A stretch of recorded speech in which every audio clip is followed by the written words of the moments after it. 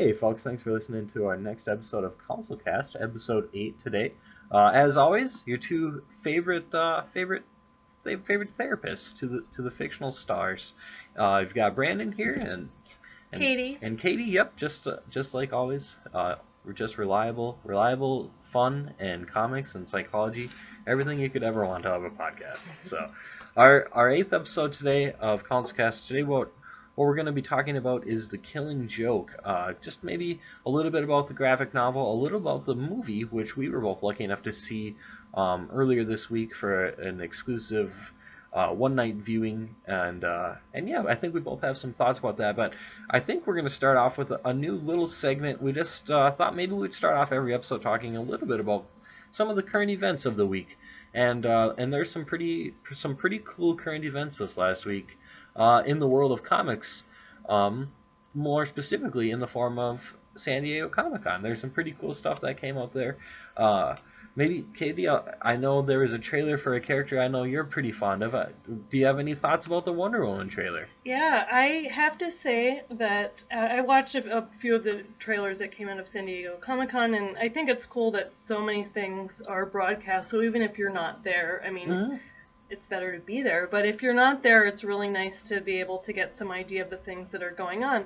And so seeing the Wonder Woman trailer, I was just amazed. I was taken back. It was so beautiful, and the spirit of Wonder Woman, as I perceive her, was really wonderfully captured. I thought they did such a nice job, and I'm just thrilled to see it. I can't believe I have to wait until June to do that, so that's a little bit hard for me. But I think that I've watched it, not exaggerating, 10 plus times, because it's just breathtaking to look at. And I felt kind of weird having that reaction to a YouTube video. Sure. But then they had a wonderful panel at Comic-Con for the 75th anniversary of Wonder Woman, because her character has been around for 75 years, and they put the whole thing on YouTube. And hearing them, it was Jim Lee and it was Gal Gadot or Gadot. I've heard it pronounced both ways. Yep. I'm not sure how it's pronounced. I'm not either. Hopefully she'll call in. Let us know. Please correct me. I want to get this right. It's important to me. And Patty Jenkins, and I don't want to get it wrong, so I won't say anyone else's name. But anyway, they had a number of people involved with Wonder Woman in different ways. And hearing them talk about Wonder Woman, it was just clear that they felt as strongly about what she represents, being so powerful and maybe particularly meaningful in times when it feels like there are a lot of crises going on in the world, and having someone that's filled with empathy, a sense of justice, strength, and compassion is really particularly meaningful. So that was all cool. In addition, all the stuff like the colors and her costume. Beautiful. And her wielding her sword and her glowing lasso. I mean, it was just so... I think it's clear at this point that I'm very excited about it, and I can't wait to see more. Can I ask what's your favorite part of the trailer, if you have one? Sure. I mean, the whole thing, of course, is absolutely wonderful, but is there one part that stood out to you at all? That is a great question. I like how they start the opening scene right away with Steve Trevor and her asking if he's a man, and their interactions, I think, are great. He's a wonderful character. I recently read Liam Sharp, who's drawing for DC Rebirth Wonder Woman right now, and some have claimed as one of the best Rebirth in terms of artwork and visually appealing and all that stuff. I don't know if I'll make that claim, but some have claimed that. Anyway, he was saying for that story he's had to really dig in more deep to that character, and what he really likes about it is that he is not threatened at all by Diana's power, and he doesn't have a fragile sense about it. He's not, he is example, he's not the kind of guy that would let her win in arm wrestling, even though he would clearly lose. But even if he would win, he wouldn't let her do that because he just wants her to be who she is. And so I think they actually capture that aspect of the relationship in a very short period of time. They have nice back and forth and all that kind of stuff. So I think seeing more about their relationship, and then they have at the end Etta Candy appearing, and she's a fun character. I really like her representation in the Legend of Wonder Woman series by Renee DeLiz, and so that looks good too. So as you can tell, it's hard for me to pick a favorite part. Oh, it all just looks amazing. And then after that, watching the panel where they were talking about it, Gal Gadot or Gadot, I'll just keep saying both ways until she calls and corrects me, said that she said she's not a spiritual person, but there felt like there was something higher level going on while they were making the movie, that there was something about this time and the team that they put together that was frankly magical and kind of transcendent about it, and I think it shows in the trailer. So I'm pretty excited, I'd say, in summary. Absolutely. No, that sounds great. It is an awesome trailer. I've watched it quite a few times myself. I'm noticing you've got it up on your laptop right now. 18.5 million views. That's pretty amazing for any trailer. And a week ago, did they put these out? Yeah, less than that. This is the 23rd. Oh, so 5 days ago. Yeah. So it's pretty rapid. I'm responsible for only 17 of the 18 million views. So I think other people have watched it other too, people which have is too. nice that it's had some reach. I think that there's something about Wonder Woman, and frankly, I think it would be easy to get it wrong because people have such high expectations for it. But I have heard universally positive reviews, other than a few stray internet commenters. Well, as per our last our episode where we went in search of internet commenters, you can't always trust them. There's always going to be a couple of naysayers. Well, that's great. Absolutely a beautiful trailer. If folks haven't seen it, I mean, what are you doing? Pause this right now and go and watch it. It's absolutely wonderful.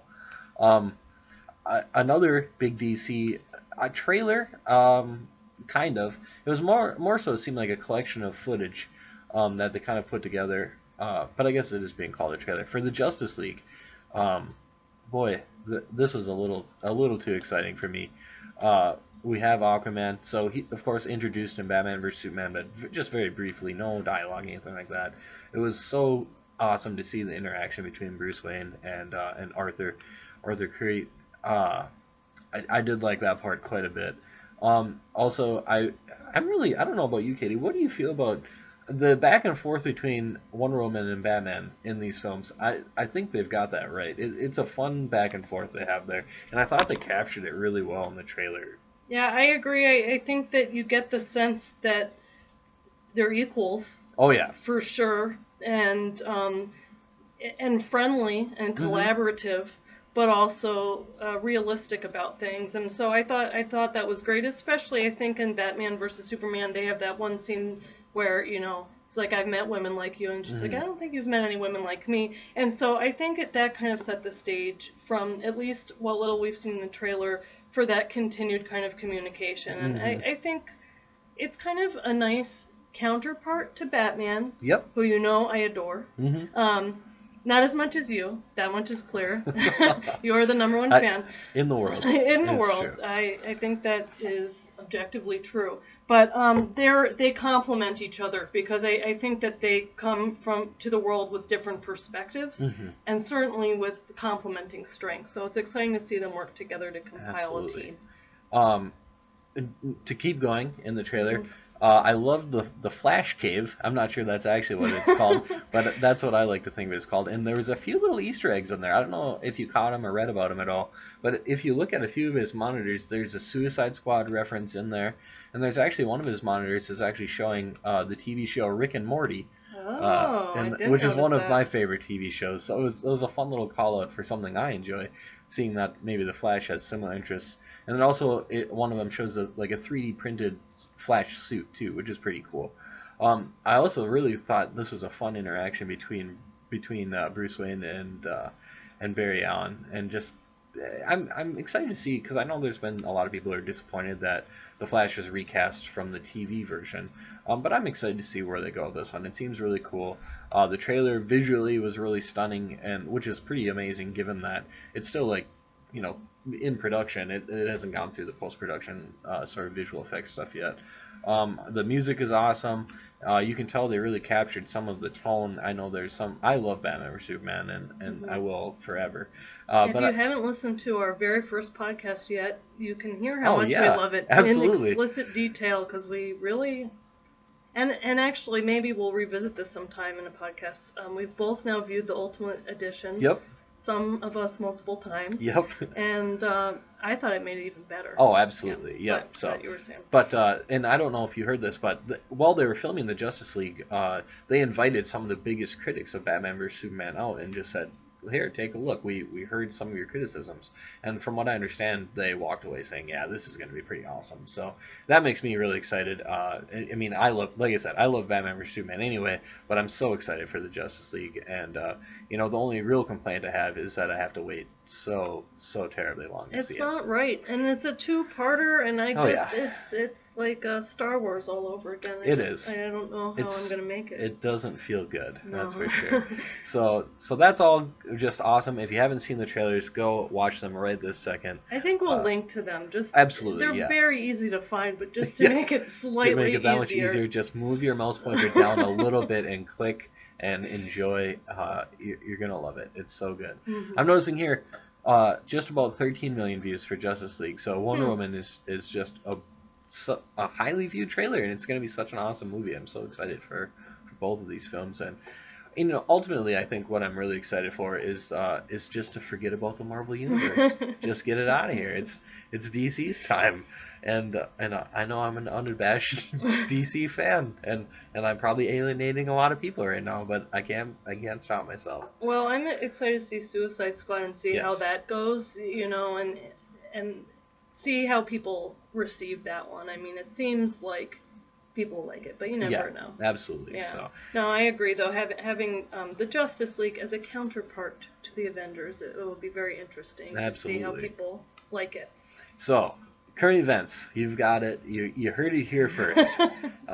Maybe not, but hopefully. So, Killing Joke. So, the Killing Joke. Just to kind of give folks a little background on the graphic novel. Maybe you're not terribly familiar with it. It was written in 1988 by Alan Moore. He's also the author of V for Vendetta, Watchmen, and The League of Extraordinary Gentlemen, so just to give you an idea of some of his work. And it was kind of written to be sort of this Joker origin story, kind of this piece to show that Batman and Joker are kind of complementary forces in the world, and kind of they're going to have this penultimate showdown, basically, and just Batman's trying to, approach Joker and see what's going to happen with this. It's an interesting story, and not terribly well received. It's kind of a weird one in that it's a classic, but also kind of criticized and controversial. So even Alan Moore has come out, and he has a few quotes from quite a few years back where he kind of said, "Yeah, it's not a very interesting story. It's he directly says, I don't think it's a very good book, and just kind of acknowledges that a big part of it is that Barbara Gordon or Batgirl is used as just kind of a plot device, both in the graphic novel and we'll talk about this in a little bit here, subsequently in the movie. Any thoughts about that, Katie? I mean, what's your understanding of kind of how Batgirl is used? And as a Batgirl fan, I know you really are interested in the character, and I am too. But just kind of what are your thoughts about the graphic novel and how they use Batgirl in that, or how she was depicted? So I'm going to be 100% honest here. So I borrowed The Killing Joke and I read it, and I really liked some aspects of it. I thought that some of the depictions, so one of the things I know people really like about it is that it gave some sense of sympathy to the Joker, and that's not always true, and some sense of a why did he turn out this way. Whether or not that's convincing or not, I don't know, but people, including psychologists, like to know how did someone end up being that way. And so I think that's what's appealing about it. But my admission is that I, upon initial reading, didn't fully understand the context for why people were so upset about Barbara Gordon. And I mean, I didn't like what happened. It was very hard for me to read that. Also, spoilers if you haven't read this or seen the movie. Absolutely. Don't listen anymore. But the Joker shoots her, paralyzing her, and then on top of that, new to the character from what I understand, undresses her and takes pictures of her, basically in an attempt to make her father, Commissioner Gordon, see that anyone is one step away from quote-unquote insanity. And that's all you really get to know about the character from the comic book. And in a time when there weren't a ton, and still maybe as many women superheroes, to do that to one of them, and Gail Simone wrote something that's kind of classic now called Women in Refrigerators that documents all the horrible things that happen to women in comics. And that's fortunately influenced a lot of current writers. I can understand how hurtful that would be to see someone who, one of the great female superheroes that people look up to treated that way and kind of cast aside as a plot device to deepen the characters of the Joker and Batman. So I got why people were upset about that. In contrast, when I heard that the movie was going to add more about her as a person, I was really excited because I was like, this is a chance for people to learn more about Barbara Gordon and really develop her and reclaim some of her agency, which I think actually was, not to jump ahead, but what has been done in subsequent comics since that one came out. Yeah, absolutely. But that was my impression. I don't know, what did you think initially reading the comic? So I remember I read that comic a long time ago. It was maybe one of the first graphic novels that I read, and my impression, and this is a little off topic, but it is so dark. And that was, it's just a really dark story to begin with, and I think adding this depiction of Barbara Gordon certainly adds an extra level of darkness, and it makes total sense to me why people are uncomfortable with it, and it is interesting, the decision to cripple one of the most popular at the time maybe, and still presently, and one of the few female superheroes. So yeah, it makes a lot of sense to me why people were uncomfortable with that, and especially given some of the controversy around, when Alan Moore, went it and asked, his supervisor at DC, was he able to cripple Barbara Gordon? The response, I don't know if people are familiar with it. It wasn't very nice. Basically, the way they responded was, yeah, just.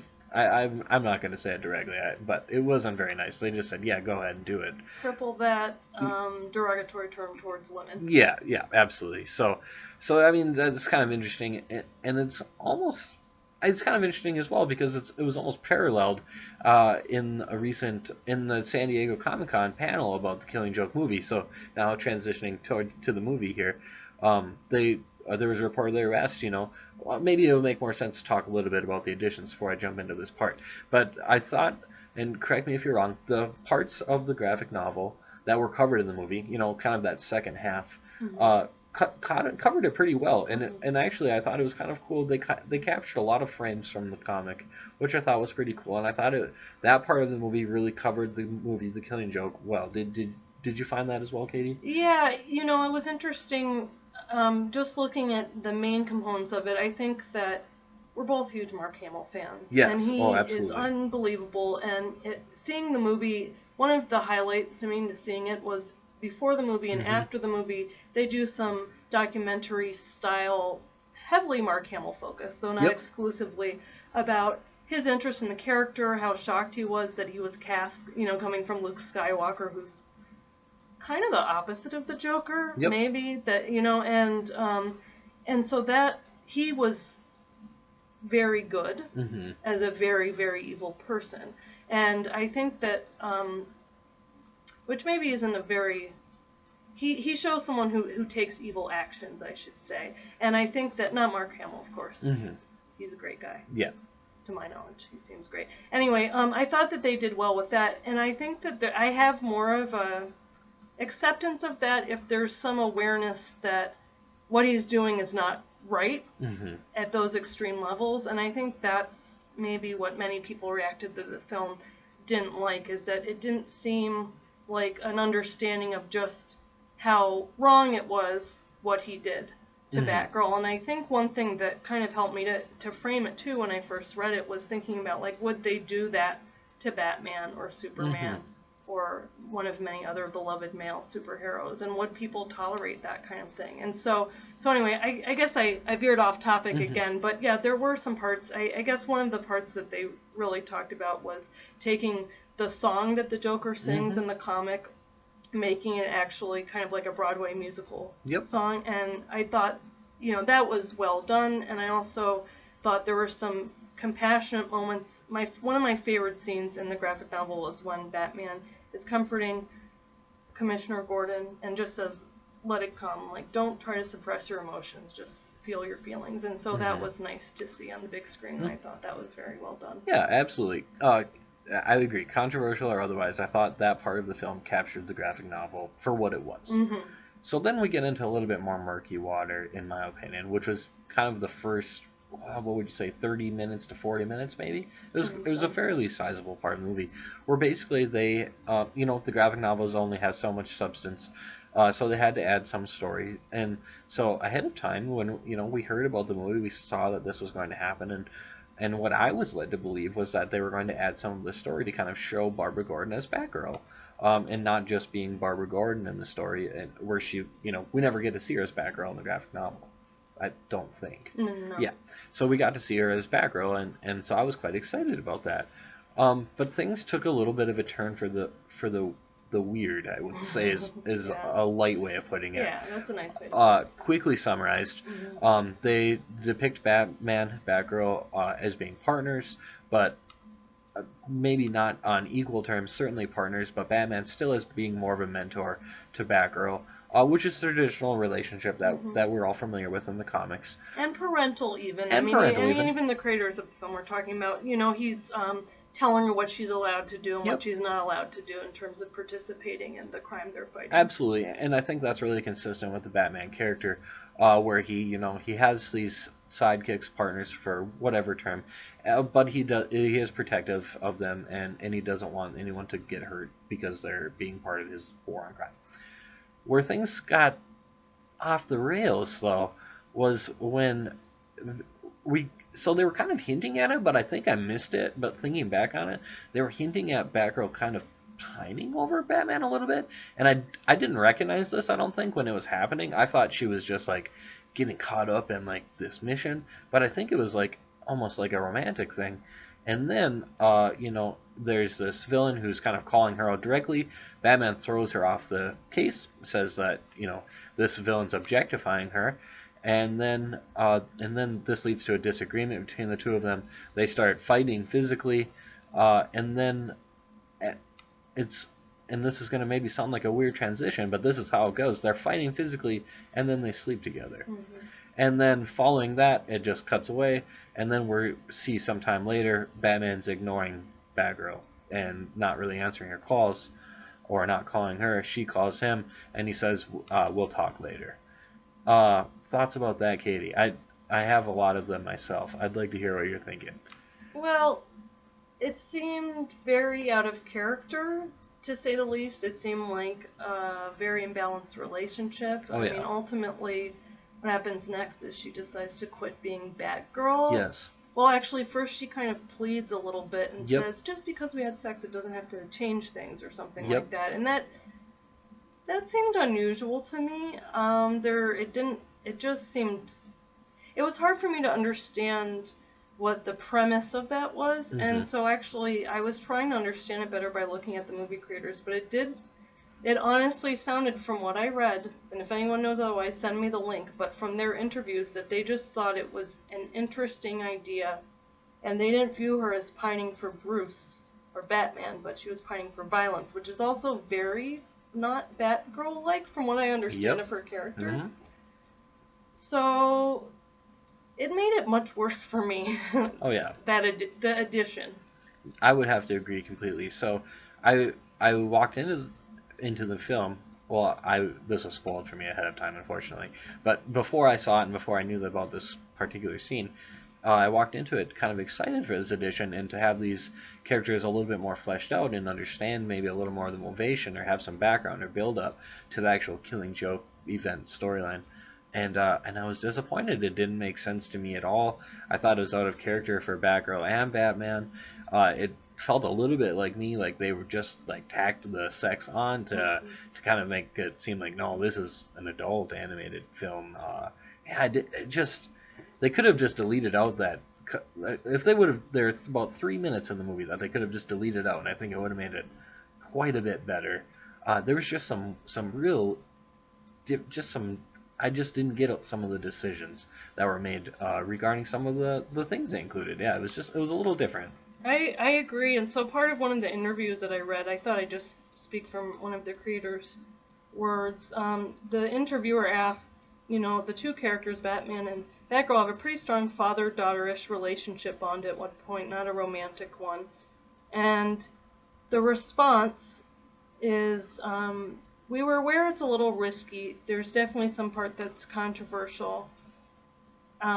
Batman's I'm paraphrasing, but I mean his parental skills aren't that great. Maybe never having any kids of his own, he doesn't realize that if you tell a kid not to do something, they're going to want to do it even more. So there's an acknowledgement even within the film. So maybe I could understand if they're trying to change the relationship within the film. But within the film, the creators are saying this is a parental thing and he's mismanaging it.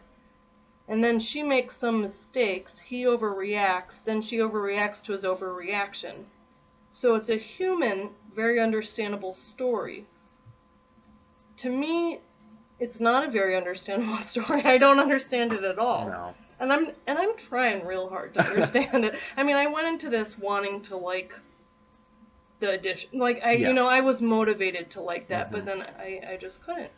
No, unfortunately. Unfortunately I'm on the same page as you. I thought that was a weird addition that I'm not sure I would actually watch it again. And that's pretty weird for me to say that about a Batman story. So another thing that we talked a little bit about was kind of, just maybe in closing here, the depiction of mental health, or just kind of how mental health was talked about in the movie, and kind of this idea the Joker has is that, if anyone has one bad day, they'll become insane. And kind of the opposite of becoming insane or struggling from this mental health is to have good morals. I thought that was an interesting thing, and kind of almost, in a way adds to the stigma that maybe mentally ill people are weak or they have poor moral value, which is an old idea and an incredibly incorrect idea. And I mean, I don't know if the film necessarily directly perpetuates this, but in a way I think it kind of does at the same time. So I don't know, I thought that was kind of a weird addition too that I wasn't excited about. But it is an original part of the story, so I guess we can't really put that one on the filmmakers maybe as much as it is kind of part of the story. But I don't know. It did feel dangerous to me that, like you said, that someone of a weak character, perhaps like the Joker is presented, has one bad day and he just turns to insanity, whereas good people like Batman and Commissioner Gordon, and that's not the nature of mental illness. So anything that perpetuates that concerns me. The other thing were some of the idea that if you let loose of reality, like the Joker, life's a lot easier and more fun, and that's absolutely the opposite of the stress that accompanies mental disorders typically. So, I have problems with that, and I think that maybe it is particularly have a strong reaction to it because I hear people use terms like sane and insane to describe political candidates and issues and as an insult, and so I feel like I'd be afraid to take any steps backward in that area of the understanding of mental disorders. Absolutely. Well, I think that's probably a great place to stop for today. Thanks for listening in, folks. If you have any thoughts about The Killing Joke, the graphic novel, or the film, if you were lucky enough to see it, send them our way. Other than that, if you've got any other questions about comics, psychology, anything else, send a note. We'd be happy to talk about it. Or if you've got any characters you'd like to see us write about on the Jedi Council blog, send that over to give us an excuse to watch some TV or movies or read some books or whatever. Get to know some new characters that our listeners enjoy. Other than that, check out our Facebook page, Twitter, blog, YouTube. Check it all out. Follow, like, subscribe, share, upvote, everything that you can do. Post it, snap it, whatever. Yeah, there it is. Get all of it. So, and thanks so much for listening, and we'll see you next time.